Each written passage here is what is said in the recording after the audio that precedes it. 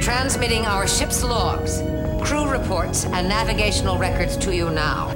Voyager, a theological journey, bonus edition.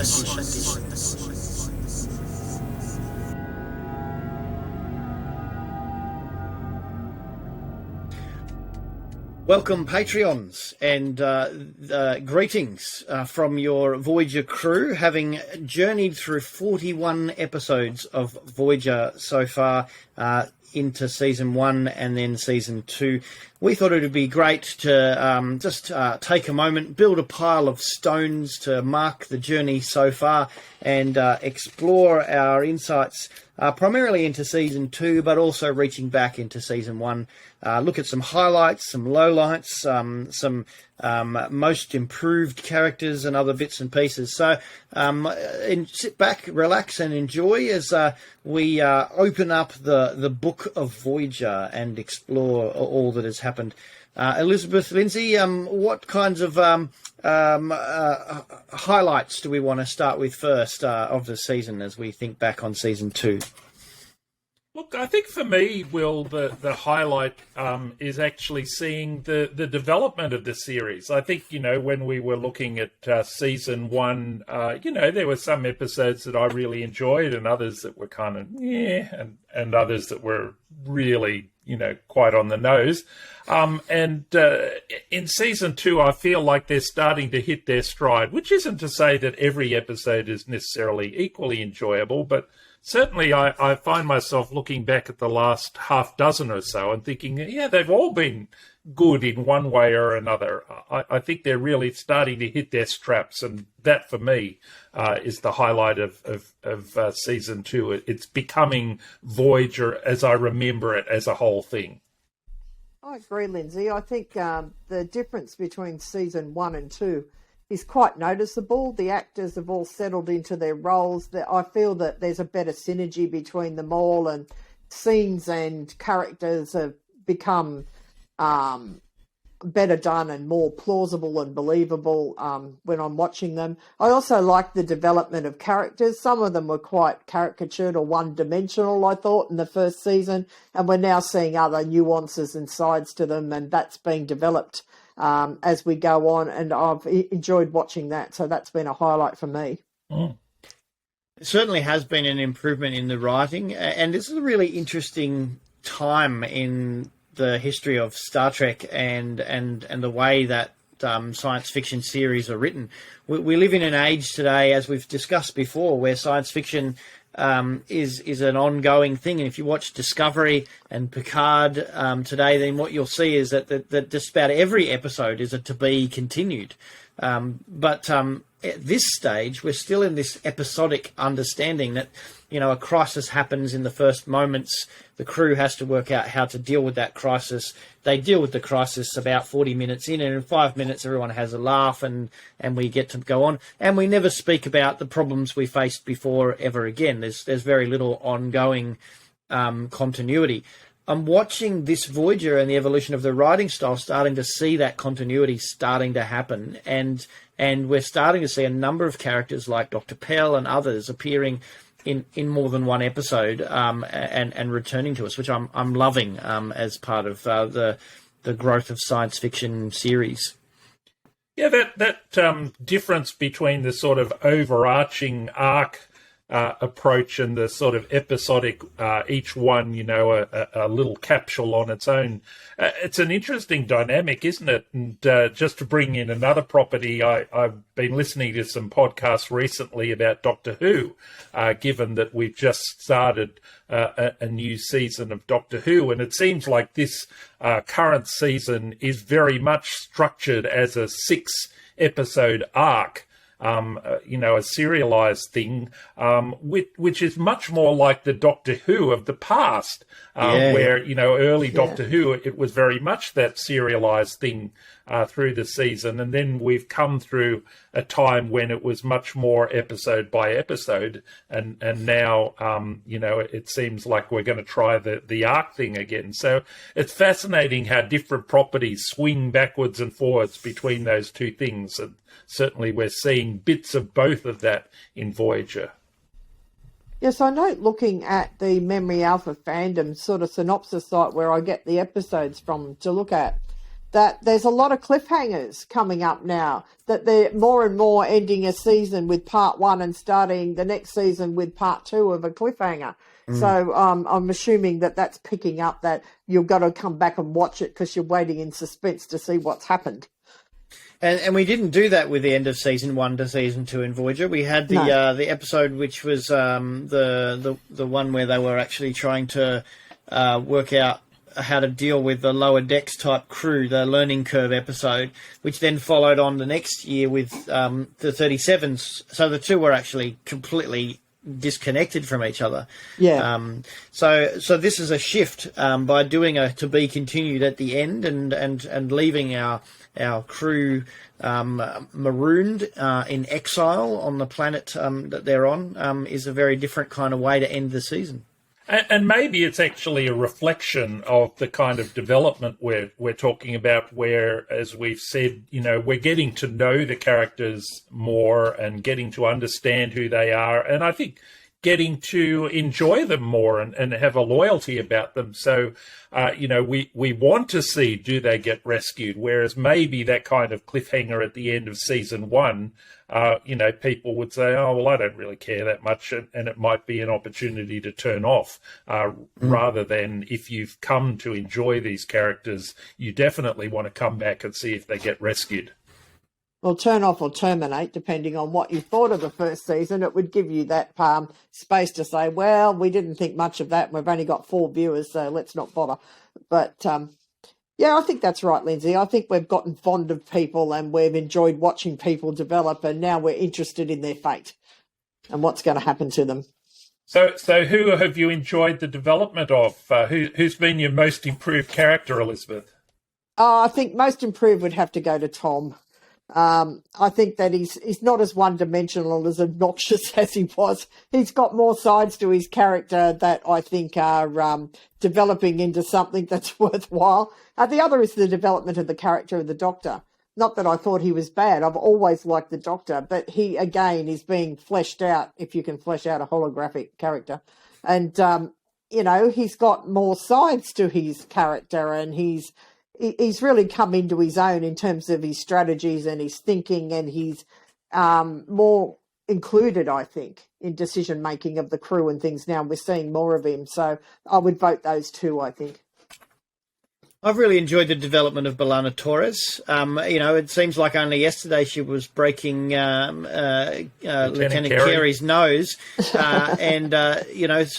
there's a sense in which she's kind of like a risk for the captain to invest in, but she's really taking that very seriously. And she's almost more Starfleet than some of the Starfleet characters now, in the way that she's taking her role very seriously. I'm loving the fact that she's this character who couldn't make it in the educational structures and framework. And so there's some neurodiversity issues there in the way that she has struggled with Starfleet Academy and couldn't make it through.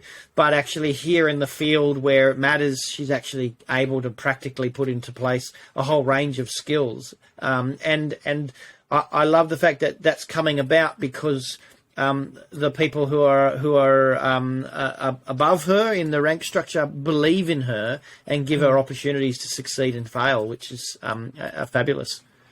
Yeah, I'd agree with that. Yeah, look, I agree with all of you. I think, certainly Tom Paris is rehabilitated over the course of this season to a great extent. Like you, Elizabeth, I love the Doctor, and I love the added richness that gets added to his character as he tries out new things and gains new possibilities.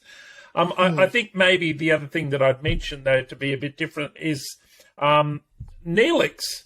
And I was thinking, what is it about Neelix that has improved? And I think it's just familiarity. I think, I don't think it's that his character has changed greatly, other than getting rid of that sort of jealousy trope, which I think we were all finding a bit wearing. it's just he's still just as annoying as he used to be, but he's now kind of our annoying character. You know, you grow to love him for his annoyingness and the things that brings out in other people, and to see the good in his character as well. And I think finally, Janeway. I think for me, Janeway, it's not a case of improving. It's a case of seeing what has always been there. And the more you see it, the more you grow to appreciate who she is and her qualities as a leader and as a captain. So, yeah, I find myself, much more enamored even than I was at the start of Captain Janeway. Yeah, I'm fond of Janeway, and I think that she's kind of blooming out. We are seeing more of those qualities that we liked from the start. They're more evident now, I think. So who's lagging behind? Least improved member of the crew, who's not making it, and just kind of, I'm talking about main cast, but just sort of taking it as it comes. Well, poor old Harry Kim, I think, is stuck in a bit of a time warp there. I don't know the writers are giving him much to develop. We saw that particular show where he was non-sequitur, where he was in that different timeline. And that's probably the most we've seen of Harry in one episode, and I'm not sure it did him justice particularly. But he does seem relegated in some ways to be a cardboard cutout. And I feel sorry for the actor trying to make the most of what is not a lot of opportunity there to really develop that character and round it out. Yeah, I agree, Elizabeth. I find Harry Kim quite disappointing, and at the start I really warmed to that character, that boyish enthusiasm and whatever. But now it's just verging a little bit on the childish, and I think in one of our recent episodes where the question was, should they go back and try and rescue Janeway and Chakotay, Harry was kind of a bit childish. You could see his mummy issues coming out. And while I think he was correct that it was the right choice for them to risk things in order to rescue Janeway and Chakotay, his manner of sort of working towards that didn't endear him to me. And I'm sorry that Harry Kim doesn't seem to be really settling. He's one of those things that I think the writers just throw him in, when they need a person, and that's a shame. Yes, it is a shame. I think he could be written about as a character. It could have been developed more. There's a problem with the writing of the time. I've been reading Dr. Roger Sneed's book, The Dream and the Dreamer, which actually is a reference to Deep Space Nine. But there is a propensity at this point in time for people of colour to be written as sidekicks, as the people who actually help other people to do heroic things. And I think Harry is suffering from that quite a bit at the moment. I kind of think that Chakotay is too, in a lot of ways, sort of in the shadow a little bit of Captain Janeway. So there's some fascinating stuff in that book about the way in which writers tend to naturally slot people of colour into those roles. Though Tuvok, I think, is being developed in a number of ways. I mean, he's had a couple of episodes that revolve around him, whether it's the one originally with Lon Suter, where he has to cope with that sort of psychopathic, I want to kill people. And then there's the story of him on the planet with the children. There have been things that have developed Tuvok, and he's even taken command of the ship.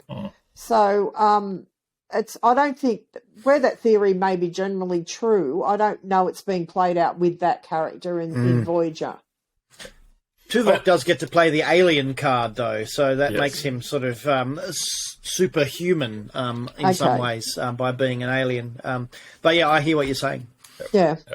No, I think you're right. And I mean, Harry Kim is most often seen as like the sidekick to Tom Paris.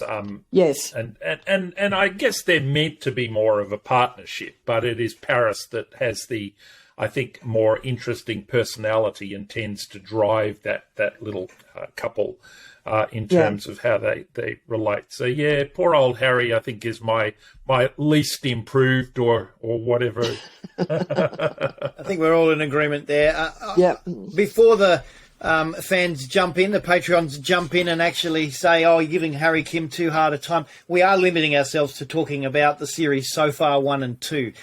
So we do get to see more of Harry, and I think he gets some later development later on in the series, although the Still an Ensign phenomenon hangs heavy over Garrett Wang, the actor who plays Harry Kim, still to this day. So, I mean, let me ask you the obvious question. If we're talking about season 2, did you care and were you upset when Harry gets blown out into space and we might have lost Harry forever? Were you vastly relieved when we got duplicate Harry back on the ship? Yes, I was relieved. I didn't want to lose Harry because I had faith that something may happen in subsequent seasons with Harry. And I don't dislike Harry. I just don't think they're writing him a very good part at the moment. And no, I didn't want him blown out into space, and I was relieved that he lived on. Is it Jessica Rabbit who says, I'm not bad, I'm just written that way? Just written that way, That's just drawn right, that exactly. way. That's right. Well, speaking of the deaths, we can look at some notable deaths and some unnotable deaths. Security officer gets killed by Suspiria in Cold Fire. We lose Bennett in a shuttle crash in Innocence.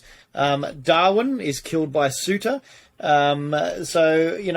get a anonymous crew member killed by Kazon in the episode Back to Basics 1. So there's been a few deaths during this episode, this series, but we kind of they don't strike us in the same way as fearing losing Harry Kim or watching Tuvok and Paris get sliced up by the Vidians. No, and it's interesting that for me, one of my favourite episodes, which does also have a death, is about, the whole question, should the death be allowed or not? And that, of course, is Death Wish with Q and the other Q. And I loved that episode because it really got into some crunchy, interesting ethical dilemmas. Should the other Q be allowed to end his life or not? And of course, in the end, he does. I like that episode, Lindsay. That ranks as one of my favourites. I thought not only does it raise some really juicy ethical issues that you could talk about, I thought the acting and the whole concept and the way it was presented was done really, really well. So I enjoyed that episode a lot. I think we're intentionally not talking about the other very controversial death in the series, which is the death of Tuvix. Executed by the captain against his will. A tragic death and a travesty in the Star Trek universe. No, I don't agree. I'm very sorry about that. It was not an execution. He was just separated again. He was murdered. It was a restoration. He was restored. That's right. Tuvix, execution or restoration? You be the judge. Restoration. And I love the fact that actually, all joking aside, we can come to episodes like this and come up with different ways of thinking and not be in agreement even after having talked it over. That to me is the sign of a good series which is actually raising the really difficult questions where good people can come to different conclusions.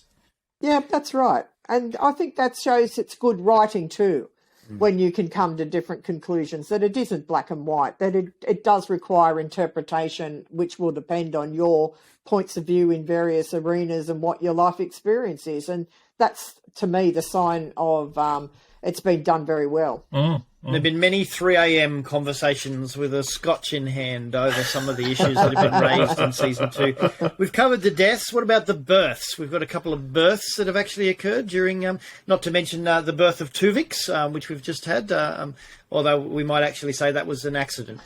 But there have been other notable births during the season. What are those that stand out for us?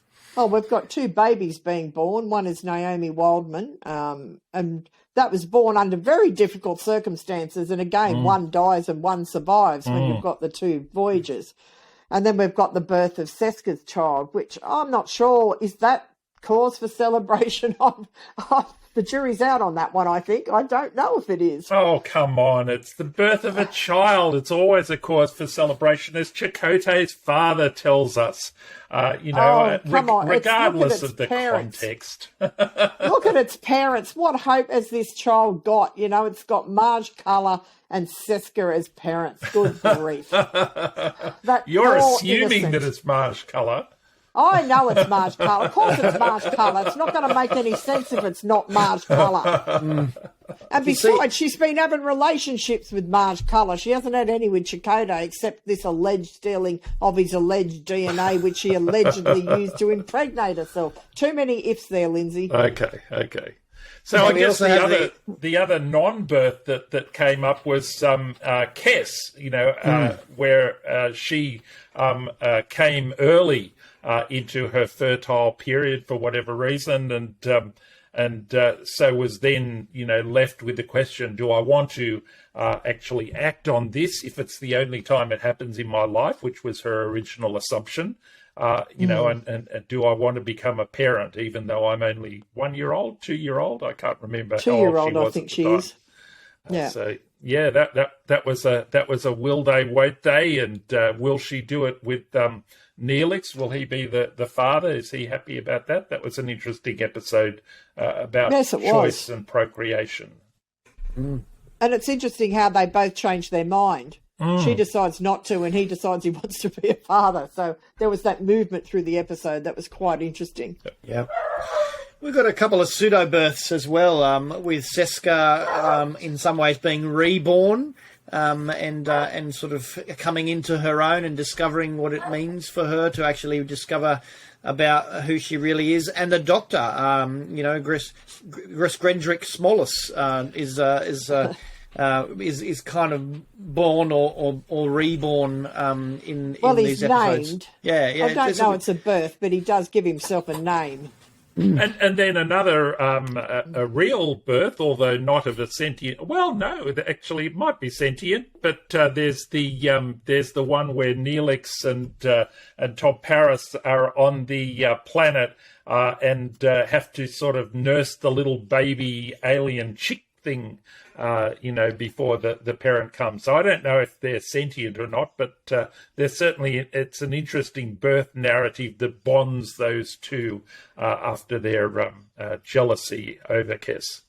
I'd say they are. They fly starships. That's true. Yes, they came in a starship, and the mother came down to get the child. That's true. So they'd have to be reasonably intelligent, I would have thought. And let's try to forget the other births. The three offspring. Yes. Oh, I was wondering when you were going to mention them. That ranks as the worst episode of Star Trek I have watched. It was awful. Oh, I love the giant salamanders in space. No. That was just so stupid. Catfish by name, catfish by nature, that episode. Certainly stretching all of the bounds of reality as we cross the threshold of understanding in that particular one. So yes, I think so. Well, that's your worst, Elizabeth. What's your worst, Lindsay? Worst episode of season 2? Oh gosh, worst. Yeah. I mean, there's so many. That's true, and I do think the Threshold, the one with the salamanders, is probably my worst. I don't hate it, but yeah, it's not a great one in terms of the story or what's going on, and the whole breaking the transwarp barrier then just gets dropped like a hot potato, and they never even come back to it. Whereas you'd think that, given its potential to get them home, they would be spending every waking moment trying to further work out how they could control this and get it to work for them. But yeah, it's probably my least favourite. I wasn't a huge a fan of Elogium, the one where Kes goes into her fertile period. I mean, interesting interpersonal stuff, but just didn't grab me as a sci-fi plot. Those probably my two least. What about you, Will? I can't put my finger on it, but every time the 37s comes on in the playlist on Netflix, I have a tendency to actually go past it. I don't know what it is about it. I just there's something that grates with me about the idea that they're all pulled out of the Bermuda Triangle and dumped onto a planet on the far side of the universe, and I just felt that it was weak, and it was attempting to try and manufacture a solution to mystery where there was none. So I have to say the 37s is a very weak episode from my perspective. I didn't like it much either. It's not my worst episode, but I didn't warm to it greatly. And the other one I didn't warm to greatly was, I think it's called the Thaw, where you've got the clown, and they're all in this computer-generated sort of space. I just thought I didn't buy the so-called scientific, whatever they called it, that underlay it. And I didn't like the character of the clown, and I just didn't like the way it was done. It was not a favourite. Isn't that interesting? Because I think while it's not my favourite, I really enjoy the 37s. There's something about, finding Amelia Earhart that I think just really appeals to me. And I love that sense of Janeway, hero worshipping this wonderful ancient woman. And the Thaw is actually my favourite episode in the whole of this season. I love the clown and his manipulative ways, and the ending, with the fade to black and Janeway, telling him he's going to disappear is my favourite ending. I just think Oh, drat. I really love that. Yes, oh drat. Oh, drat. Yeah, it was a good ending. There were good things about it, Lindsay, but I guess its plausibility annoyed me a lot, or lack thereof. What about you, Elizabeth? Favourite episode of season 2? Look, I've got two, and they're quite different. One is the romance between Schmollis and Dr. Pell. I really like that episode. And the other is the episode with Q. And I like them for different reasons. And it's hard for me to separate them out, but they'd be my two favourites. I thought you were going to say the one with Janeway and Chakotay on the planet, Elizabeth. I did like that. I really liked the scenes with Janeway and Chakotay, though the random monkey annoyed me. And the stupid comment about the storm really bugged me. But what I didn't like about it is there was no backstory. We had no idea why it was Chakotay and Janeway who were away, when I couldn't work out why you do that, send the air and the spare out, why they were the only ones bitten by this insect, and the illogicality of the planet protecting them from getting sick. But the scenes themselves I really enjoyed, if that makes sense. Some good interactions between Tuvok and Kim in that one as well, I think. So, Yeah. whilst it wasn't my favourite, I also hold on to the idea that in 6 weeks of waiting for the Voyager to come back, there would have been lots of hot baths in the woods, lots of fade to blacks, and I would have to say, from the coldness and the snapback on the bridge, that was just so intense in that episode. I actually hold to the belief that something very intimate occurred between Chakotay and the captain during that 6 weeks. I think that's entirely possible, Will, because you could miss that 6 weeks. You had to keep an eye on the tomatoes to know That's that, correct. and be paying attention to how far out of communication they were, and how much they had to travel to get back into that communication. And if you missed that, you'd miss the 6 weeks. But I agree with you, going from the hands together and the look on the table to thinking that's not going to develop in any way over the next 6 weeks, of course it did. So for me, also- favourite episodes... Oh, sorry, I was just going to go with my favourite. Yeah, but go. Do you want to... Oh, I for was me, just my gonna- favourite... Yeah, go on, you go. No, you go first. No, you go first. See, the Patreons are getting to see just how this works now, where we actually have to go through. I was just going to say that I don't know what my favourite would have been back in 1995 when I was watching it. Probably wouldn't be what I've chosen today, but it's sentimental that Projections with Reginald Barclay, a favourite Next Generation character, and the way that he actually grows into the Voyager series later on. Nostalgically really brought that for me. And the other choice was out of nostalgia as well, which is actually Initiations. Aaron Eisenberg playing the character of Nog in Deep Space Nine really holds a special place for me. and he did such a great cameo role in that episode as the He young did. initiate with Chakotay. So I think if I was going to have to pick two out of them, it's hard. It's like trying to pick which of your baby catfish you love the most. But I didn't love the baby catfish.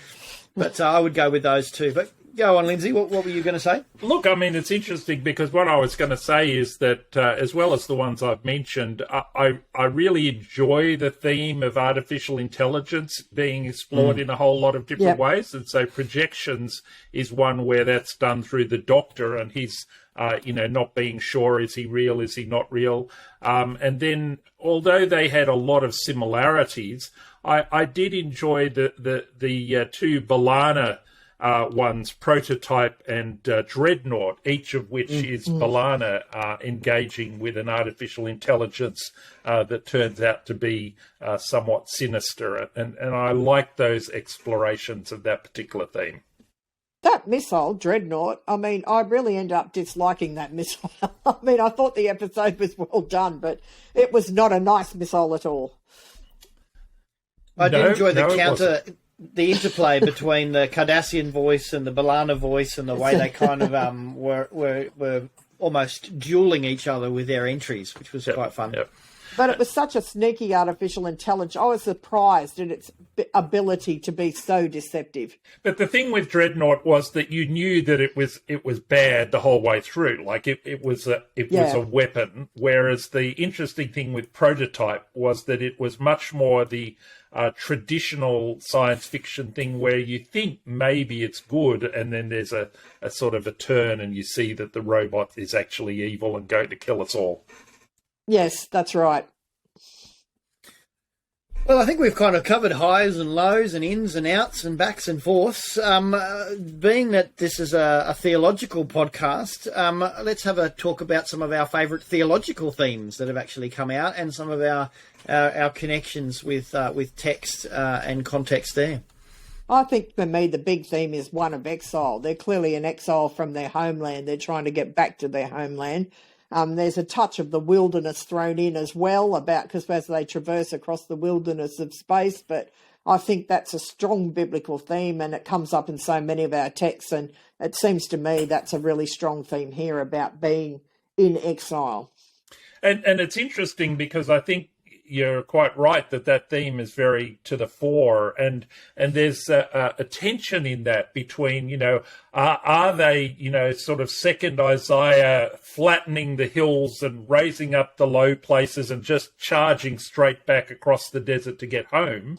Or are they in exile in Babylon, actually, needing to build alliances to seek the good of the city in which they find themselves and to make something of life in the Delta Quadrant? And I think that tension comes up time and time again through the series.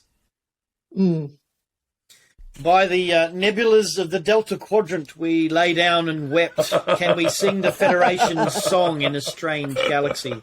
Well, they can, quite clearly, because they sing it rather a lot. They do. And it's a good question. The other really big theme that I think comes up time and time again is about life and death, isn't it? We've already highlighted a whole bunch of episodes, the Death Wish one and the Tuvix one, and, constantly we are being faced with these questions of life and death and violence, and and those are, I guess, very foundational to human ethical dilemmas, and so it's no surprise that they come up time and again in Voyager. Well, they're going to, aren't they? Because they encounter hostile races, they encounter unknown diseases, they encounter a number of things that make that an inevitability, and I suppose it's how you deal with it and interpret it. Elizabeth, I've really enjoyed, there have been a number of occasions where you've actually raised the idea that under the stress of survival in a strange land, things like deviance and other aspects of culture, things like nationalism and are actually have to be held on to. And we've got quite a number of those themes that are actually around these series as well. I think that's right. And I don't think we realise at times how jingoistic some of the Old Testament texts are. And to put them in their context, if you're a small nation surrounded by ancient superpowers, you're going to behave in a certain way, and you've got to hold together as a community if you've got any hope of actually fending them off. If you start to split into factions or you allow people to just go off and do their own thing, it's just not going to work for you, and you're going to become very vulnerable. And that difference of context is, I think, also played out in another theme that comes up a lot, which is the Prime Directive. And, Yes. is it different when we think about it in the Alpha Quadrant, where the Federation is the power and the Prime Directive is actually about reigning in that power and saying, don't interfere with these other civilizations, even though you have the power to. And then when we come to a totally new context where Voyager is this tiny craft surrounded by enemies and whatever, and so some people on the crew regularly make the argument, we need to move beyond that Federation way of thinking and actually form alliances and try and make our way in a strange land.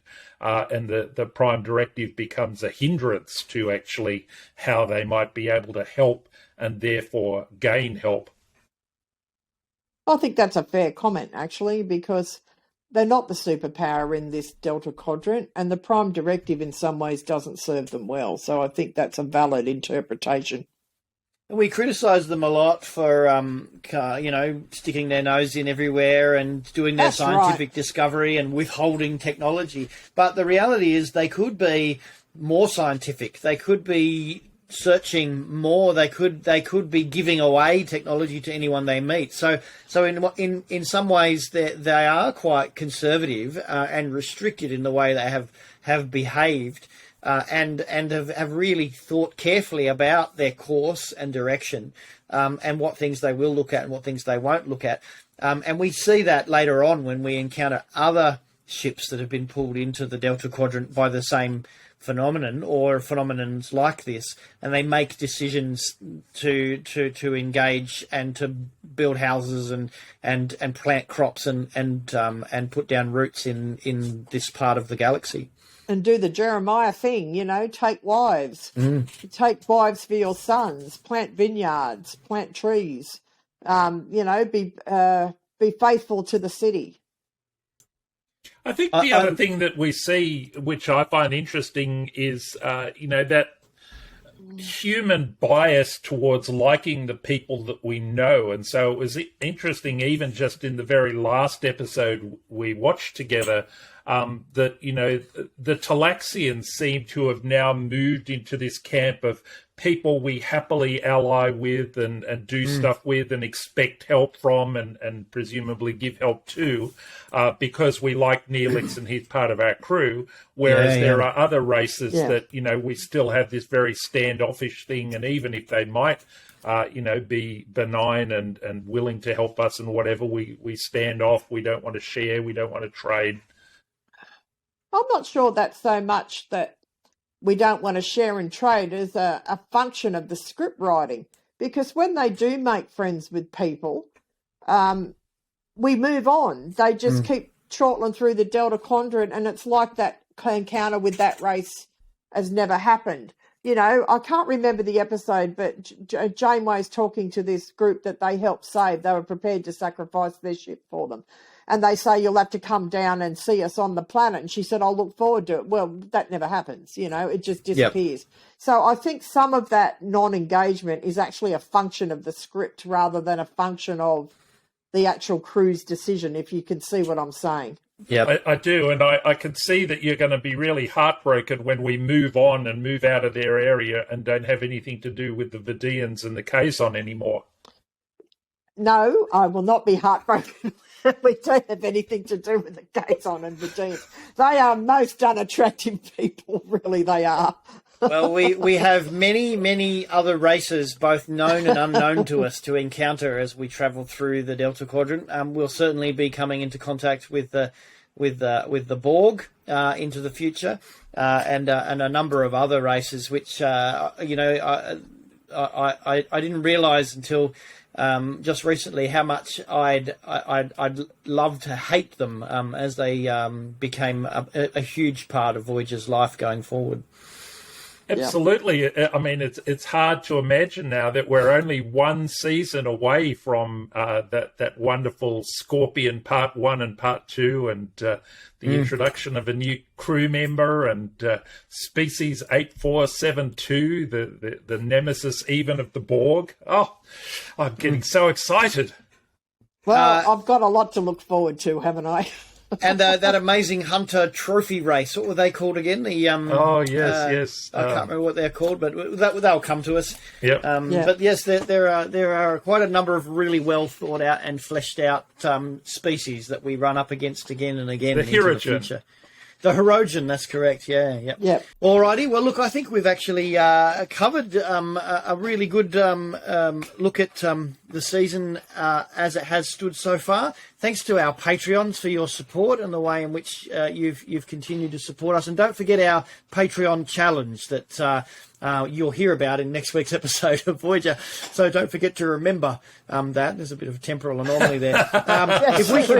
If we can get 5 new Patreons by New Year's, then we'll release the episode 1 of season 3 early for all our listeners. So that would be awesome. Well, It's been great. We'll see you in season 3. Yep. Thanks, Bye. Will and Lindsay. I've enjoyed the journey. Absolutely. And bye, my Patreons. Nice to have you on board with us.